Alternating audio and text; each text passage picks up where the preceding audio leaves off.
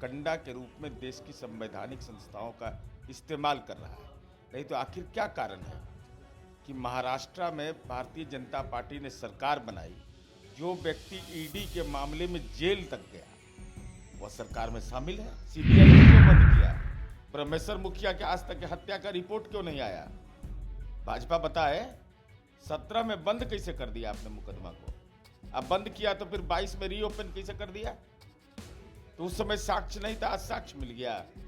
परिवार को आज अदालत में पेश होने के लिए कहा गया है और तमाम आरजेडी के सुप्रीमो लालू प्रसाद यादव, बिहार के डिप्टी सीएम तेजस्वी यादव, पूर्व मुख्यमंत्री राबड़ी देवी, मीसा भारती, तमाम 17 लोगों को जो है वो समन जारी किया गया था और आज कोर्ट में पेशी है। अब हम बात करेंगे जेडीयू के मुख्य प्रवक्ता सह एमएलसी नीरज कुमार है हमारे साथ। लालू यादव और तेजस्वी यादव को अब कोर्ट में हाजिर होना पड़ा।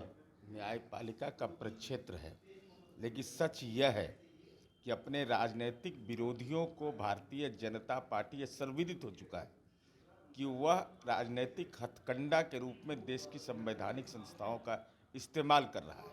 नहीं तो आखिर क्या कारण है कि महाराष्ट्र में भारतीय जनता पार्टी ने सरकार बनाई, जो व्यक्ति ईडी के मामले में जेल तक गया वह सरकार में शामिल है। कहीं कोई परेशानी भाजपा को नहीं है। और आज आप पार्टी के सांसद संजय सिंह जी जो केंद्र सरकार की नीतियों को सीधे चुनौती देते हैं राज्यसभा में, तो राज्यसभा से निलंबित करने से पेट नहीं भरा। अब इन्होंने ईडी की छापेमारी की है और जो कलम के पहरेदार हैं अब उस पर पहरेदारी। अभिसार शर्मा के, उर्मिलेश जी का, ये क्या हो रहा है देश के अंदर में? ये तो लोकतंत्र के चौथे स्तंभ को ध्वस्त करने की तैयारी है। और ये तब हो रहा है जब कर्नाटक में चुनाव परिणाम इनके खिलाफ आया और विभिन्न राज्यों के जो सर्वे आ रहे हैं प्रस्तावित चुनाव में, उसमें भाजपा की हार तय लग रही है। तो ये संस्थाओं का दुरुपयोग कर रहे हैं। तो भाई आदरणीय प्रधानमंत्री जी, कब तक यह करिएगा? इससे क्या मिलने वाला है? ये देश है, लोकतंत्र की भूमि है।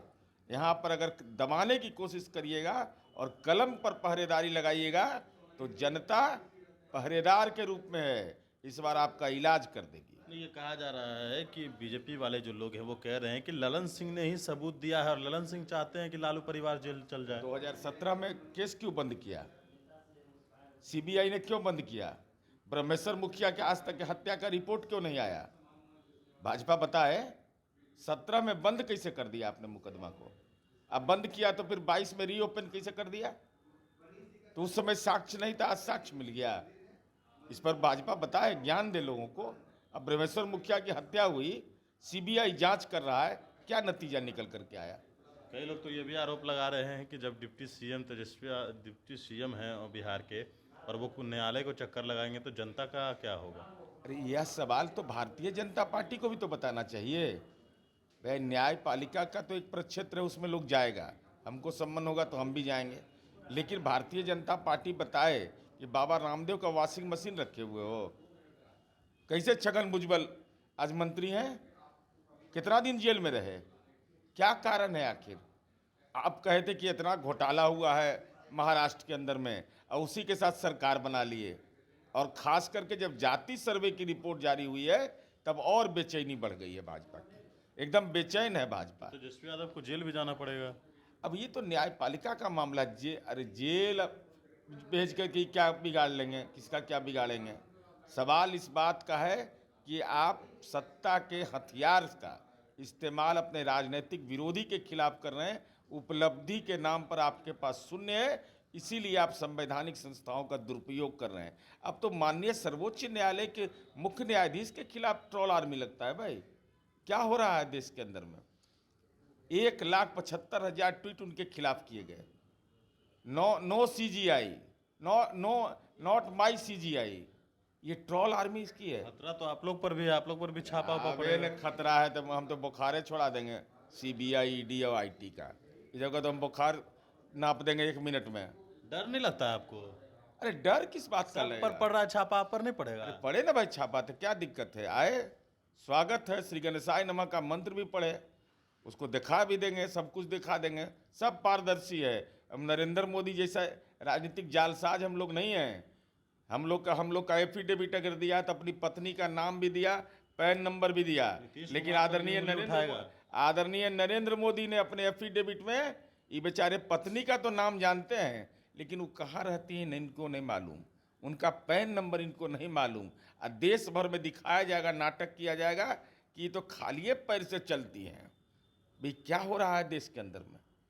ना राजनीतिक नाटक कर रहे हैं क्या? जो आदमी अपनी पत्नी का पैन नंबर कैसे नहीं जानेगा भाई?